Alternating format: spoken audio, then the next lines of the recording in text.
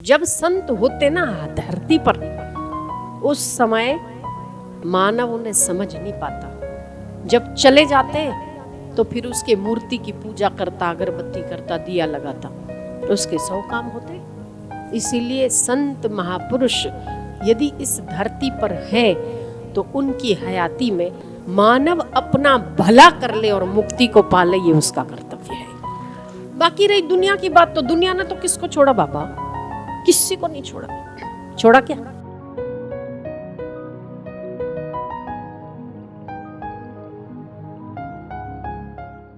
जन्म तो सब लेते हैं, पर जिस व्यक्ति का जन्म उसके कर्म दिव्य होने से, उस जिसका जन्म दिव्य हो जाता है, उसका जन्म नहीं बोलते, उसका अवतरण बोलते हैं।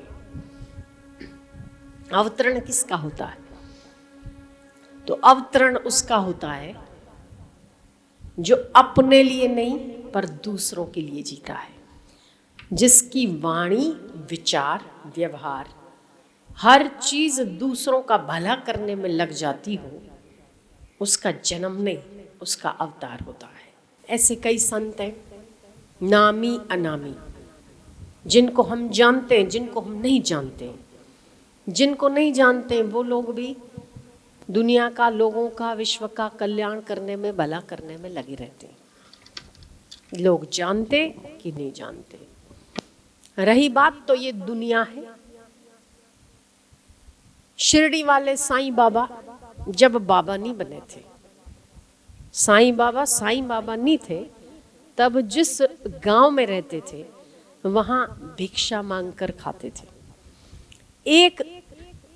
एक रोटी भिक्षा में मिलती, उसके साथ देने वाला 100 गालियां देता, मन की भर भर के देता।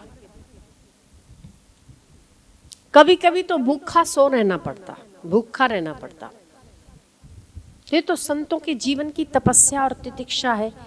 उस समय शिरडी वाले साईं बाबा को किसी ने नहीं जाना, और आज शिरडी वाला साईं बाबा करके हजारों टन, हजारों मण घी चढ़ जाता है, चद्दरें चढ़ती है, कपड़े चढ़ते हैं, रोटियां चढ़ती है, लड्डू चढ़ते हैं, सच्चे घी के लड्डू चढ़ते हैं। और जब वो थे तब एक रोटी दुनियादारों ने दी तो 100 सुनाई। तो जब संत होते ना धरती पर, उस समय मानव उन्हें समझ नहीं पाता। जब चले जाते तो फिर उसके मूर्ति की पूजा करता, अगरबत्ती करता, दिया लगाता, उसके 100 काम होते। इसीलिए संत महापुरुष यदि इस धरती पर है तो उनकी हयाती में, उनके कार्यों के द्वारा, उनकी वाणी के द्वारा, उनके विचारों के द्वारा, उनकी दृष्टि के द्वारा मानव अपना भला कर ले और मुक्ति को पाले, ये उसका कर्तव्य है। बाकी रही दुनिया की बात, तो दुनिया ने तो किसको छोड़ा बाबा, किसी को नहीं छोड़ा। छोड़ा क्या? भगवान राम भगवान थे, तब भी भगवान को किसी ने नहीं छोड़ा।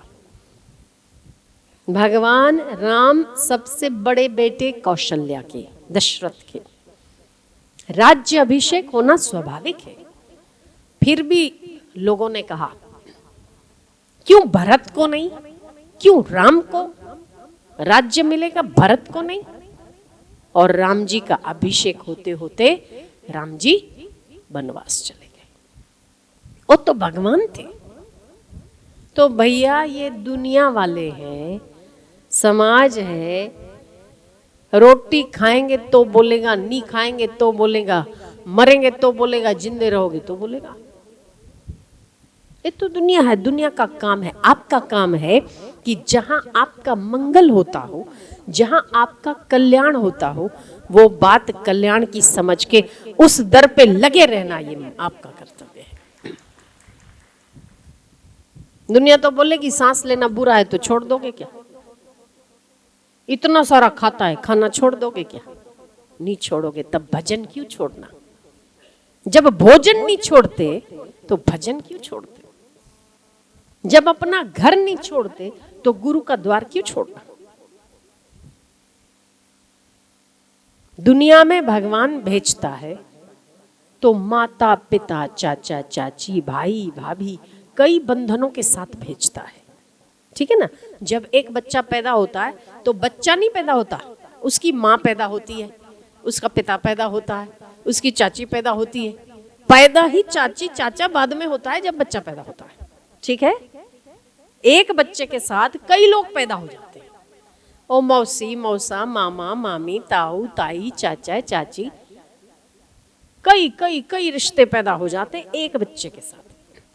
तो जब भगवान दुनिया में एक बच्चा भेजता है तो कई बंधनों को जन्म देता है, और जब एक गुरु इस धरती पर पैदा होता है तो कई बंधनों से मुक्ति दिलाता है।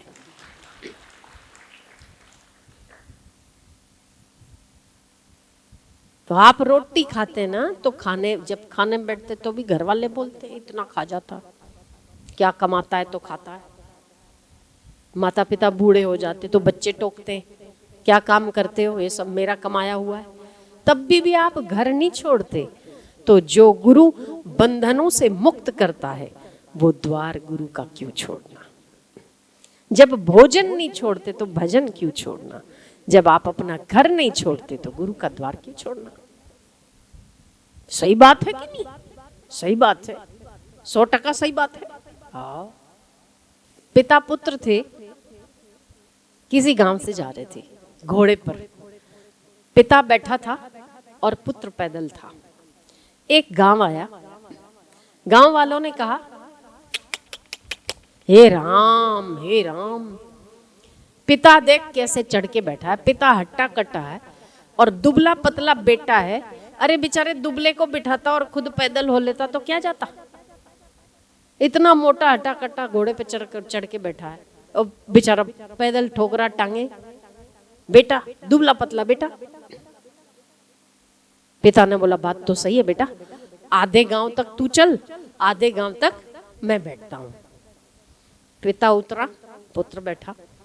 दूसरा गांव आया, गांव वालों ने देखा, बोले हे राम कलयुग आ गया। बाप पैदल है और बेटे को शर्म नहीं है, बेटा घोड़े पे चढ़ के बैठा है, शर्म नहीं है, कलयुग आ गया भाई। पिता पैदल चल रहा है और बेटा घोड़े पे बैठा। पिता ने बोला बेटा लोग अभी भी बोल रहे हैं, क्या करना चाहिए। बोले पिताजी ऐसा करते, दोनों पैदल हो लेते हैं, एक भी घोड़े पे चढ़ के ना बैठे, दोनों पैदल चलते हैं। अब भाई दोनों पैदल हो लिए। दूसरा गांव आया, लोगों ने कहा ये देख देख अक्ल है इन दोनों को, अक्ल है। वहां वो घोड़ा टांगे ठोक रहा, यहाँ ये दोनों गधे टांगे ठोक रहे। वहां घोड़ा पैदल चल रहा है या दोनों गधे पैदल चल रहे हैं। अरे भाई कोई तो बैठो इसके ऊपर। अब वो दोनों ने सिर पकड़ा। अकेला बैठा हूं तो लोग बोलते, दुकेला बैठा हूं तो लोग बोलते। अब पिता पुत्र ने निश्चय किया कि अब दोनों पैदल हुए ना, अब दोनों ऊपर चढ़ के बैठते, दोनों घोड़े पे चढ़ के बैठते। अब दोनों बैठे, कौन, बाप बेटे, पिता पुत्र दोनों घोड़े पे बैठे। चौथा पांचवा गांव आया, लोगों ने देखा, बोले हे राम क्या मती मारी गई इन दोनों भाइयों की। वो बेचारा मूक प्राणी कुछ बोल नहीं सके और ये दोनों गधे जैसे घोड़े जैसे चढ़ के इसके ऊपर बैठे, दो दो, एक भी नहीं दो दो। क्या जमाना आ गया। अरे जीव दया करना सीखो, जीव दया करना सीखो। वो दोनों बाप बेटे सिर पकड़ के बैठे कि पापा अब क्या करूं। बोले वैसा करो कि बेटा घोड़े को अपने सिर पे उठा लो। क्या कर सकते हैं, घोड़ा अपने सिर पे उठा लो, और क्या कर सकते अपने। तो ये जमाना है, ये दुनिया है। ऐसा करोगे तब भी बोलेगी, वैसा करोगे तब भी बोलेगी, ना करोगे तब भी बोलेगी। इससे तो अपने कल्याण का तो कर लो, आपका तो उद्धार हो जावे। तो आपका भला किस में है। आपका भला है सत्संग श्रवण में और भगवान नाम जप में। आपका भला है गुरु के द्वार पे आने में। वो फिर हजारों, मीराबाई को क्या कम, वो तो आप राजस्थान की थी। अगर मीराबाई इसी तरह जमाने की परवाह करती होती तो आज मीराबाई मीराबाई नहीं होती। मेवाड़ की थी, हाँ वही तो, यहाँ की बिटिया थी वो। तो जो लोग कि अरे ऐसा, अरे क्या चल रहा, कुप्रचार चल रहा, ये चल रहा, अरे वो कल को तो आपके लिए भी अड़ोस पड़ोस वाले कुप्रचार करते तो अपना घर छोड़ के भग जाओगे क्या? अपना कल्याण अपने अनुभव से बड़ा तो कोई अनुभव नहीं होता ना। पहले आपका जीवन और अब आपके जीवन में फर्क है ना, वो किस वजह से है? गुरु के द्वार पे आने के लिए है। तो भगवान कृष्ण जब जन्म लिए तो दुर्योधन ने तो कृष्ण को नहीं छोड़ा। कपटी है, ग्वाला है, गोपियों का चीर चुराता है, झूठा है, बेईमान है, चोर है, कितनी कितनी गालियां दी। पूरी 100 गालियां शिशुपाल ने दी, तब शिशुपाल का वध हुआ। कंस ने दी, अघासुर, बकासुर, कितने सारे लोग कृष्ण के जीवन में आए। तो भगवान को भी यदि दुनिया नहीं छोड़ती तो संतों को नहीं छोड़े तो बड़ी बात नहीं, और जब संतों को नहीं छोड़ती तो आपको नहीं छोड़े तो कोई बड़ी बात नहीं है। तो निंदा होती है तो होने दो, प्रशंसा होती है तो होने दो। आप समझो ये तो दुनिया है। आप यदि अपने आप में गुरु के ज्ञान में रहेंगे तो निंदा आपको दुखी नहीं कर सकती और प्रशंसा आपको हर्षित नहीं कर सकती। सुख दुख समय कृत्वा लाभ लाभ जया जयो। सुख और दुख में समान मात्रा में सुखी और दुखी न होने वाला, समत्व में रहने वाला व्यक्ति व्यक्ति नहीं, योगी है। तो भजन करना छोड़ना नहीं चाहिए। भोजन नहीं छोड़ते तो भजन क्यों छोड़ना? पार्टी में जाना नहीं छोड़ते, बाहर घूमना नहीं छोड़ते, तो गुरु का द्वार क्यों छोड़ना? वहां तो अपना मंगल ही होता है ना, वहां तो अपना भला ही होता है। कोई कहेगा सांस लेना बंद कर दो, बंद करोगे? कर सकते हो? नहीं करोगे। तो गुरु का द्वार जीना सिखाता है, गुरु का द्वार खाना सिखाता है। क्या खाना, कब खाना, कितना खाना, ये भी सत्संग बताता है। यहां तक कि बाबा गुरु का द्वार मरना भी सिखाता है कि मरो कैसे तो आपकी मुक्ति हो जाए। तो गुरु का ज्ञान सिखाता है। तो आपका जीवन भक्ति में रहे वो ज्यादा जरूरी है। दुनिया की बातें जितनी सुनेंगे उतना ही मुंडे मुंडे मतिर भिन्ना, जितने लोग उतनी बातें।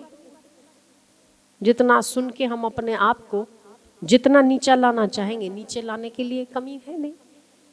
पर अगर हम तटस्थ रहते हैं, अपने अनुभव का आदर करते हैं, अपने गुरु ज्ञान का आदर करते हैं, तो हमारे चित्त में जो शांति है वो शायद निंदा करने वालों के चित्त में नहीं हो सकती।